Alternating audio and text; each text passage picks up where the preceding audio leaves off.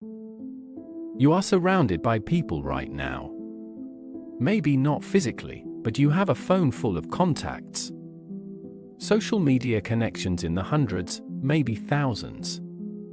Messages you could send. People who would probably respond. And yet, if you're honest, there are moments where you feel completely, utterly alone.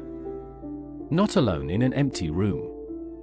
Alone in a way that's harder to explain. Alone in a way that feels like it has no solution. That feeling has a name. And in 2026, it has officially become the most widespread health crisis on the planet. The World Health Organization has called it an epidemic, and the neuroscience of what it does to your body and brain will surprise you. Welcome to MindFrame. Every Thursday we use neuroscience and psychology to expose what's really happening inside the human mind. Today we're covering the loneliness epidemic, the biology of human disconnection, what the brain does when it is chronically isolated, and why the standard advice about making more friends fundamentally misunderstands what loneliness actually is. Let's start with the number that will reset everything you think you know about this topic. Loneliness is as lethal as smoking 15 cigarettes a day. This is not a metaphor.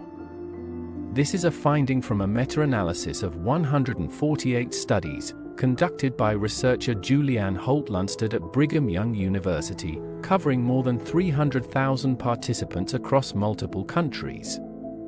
The conclusion was unambiguous: social isolation increases the risk of premature death by 26%, loneliness by 29%, living alone by 32%.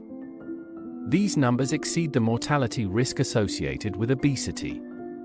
They exceed physical inactivity. They are comparable to the risk of smoking half a pack a day. In 2025, the World Health Organization formally declared loneliness a global public health epidemic, placing it alongside infectious disease as a matter of urgent international concern. The Surgeon General of the United States had already done the same 2 years earlier. The reason this doesn't feel like a crisis is that it is invisible. You cannot see loneliness the way you can see pollution or illness. But in the brain, and in the body, its effects are measurable, progressive, and cumulative. And here is the number that makes all of this even more disturbing. In a 2024 global survey of adults across 142 countries, nearly 1 in 4 people reported feeling very or fairly lonely.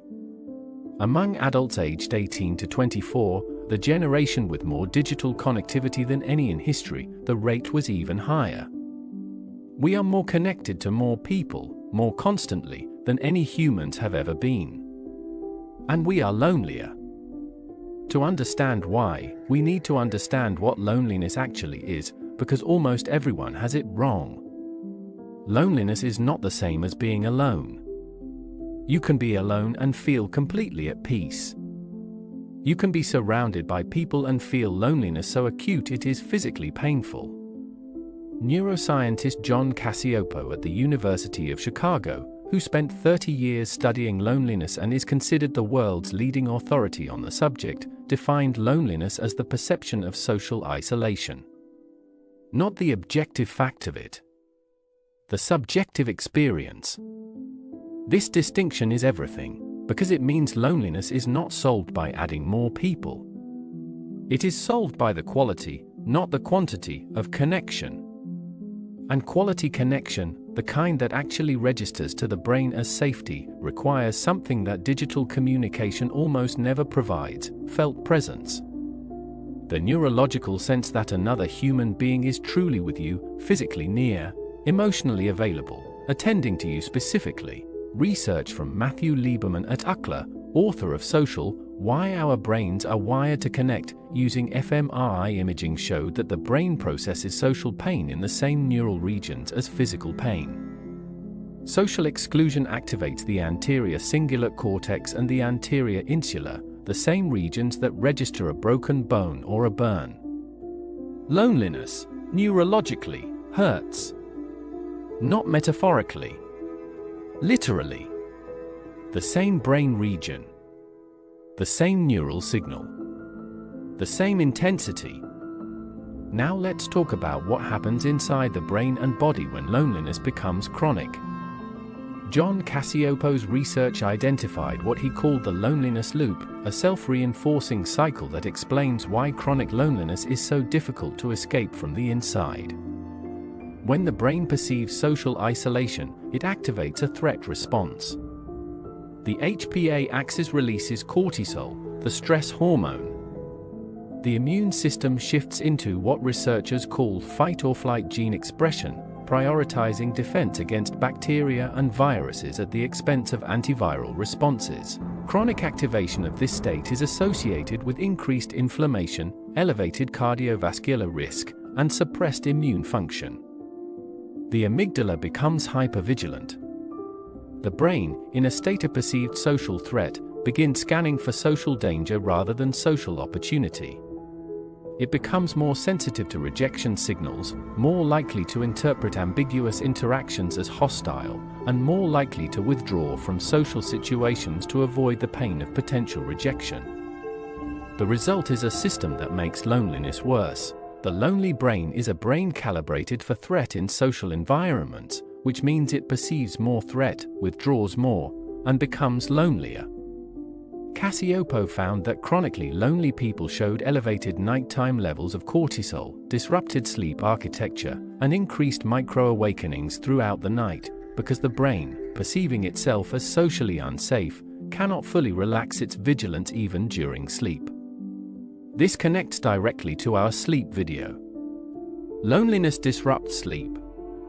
Disrupted sleep increases emotional reactivity and social anxiety. Increased social anxiety increases withdrawal. Withdrawal increases loneliness. The loop is biologically self-sustaining. Here is why the digital solution fails, and why 5,000 followers cannot do what one real friend does. The brain's social connection system evolved over millions of years in an environment where human beings lived in small groups of 50 to 150 people, what anthropologist Robin Dunbar calls our natural social group size. In that environment, connection was embodied. Face-to-face. Touch. Shared physical space.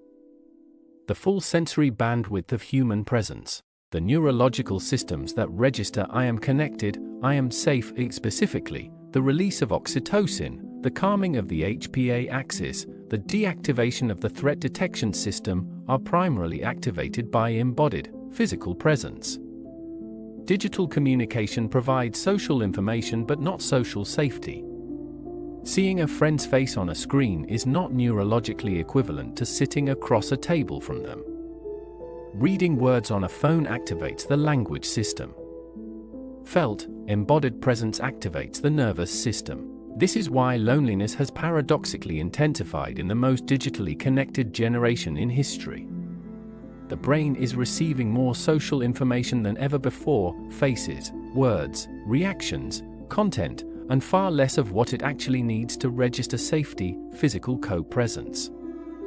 A 2023 study found that in-person social interaction produced significantly greater reductions in cortisol and greater oxytocin release than equivalent conversations conducted over video call. Video call was better than text. Text was better than nothing, but none of them came close to the biological impact of actual physical presence. You are not imagining that time with people in person feels different from time with people online. The difference is real, measurable, and neurological. Now let's address the type of loneliness that is almost never discussed, and that may be the most common form of all. Social loneliness is the absence of a social network, not knowing enough people, not having enough contact. This is what most people imagine when they think of loneliness. But there is a second form, existential loneliness. And it is the one that the internet was supposed to solve but has, in many ways, made worse. Existential loneliness is the experience of not being truly known, of moving through relationships, even many, even close ones, with the sense that the part of you that is most real, most complex, most authentic, is not fully seen or understood by anyone. You are present in the relationships. You are liked, perhaps even loved. But something essential is not quite landing, not quite connecting. This is the loneliness that is possible and common in marriages, in families, in workplaces full of colleagues.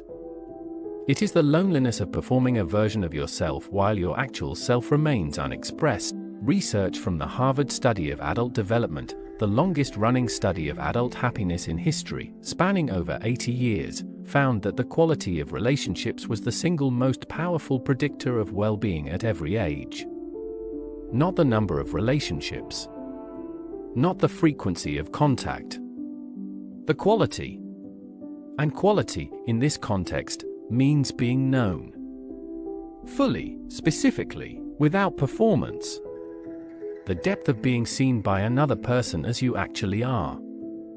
So what actually works, neurologically, to reduce loneliness? The research is specific.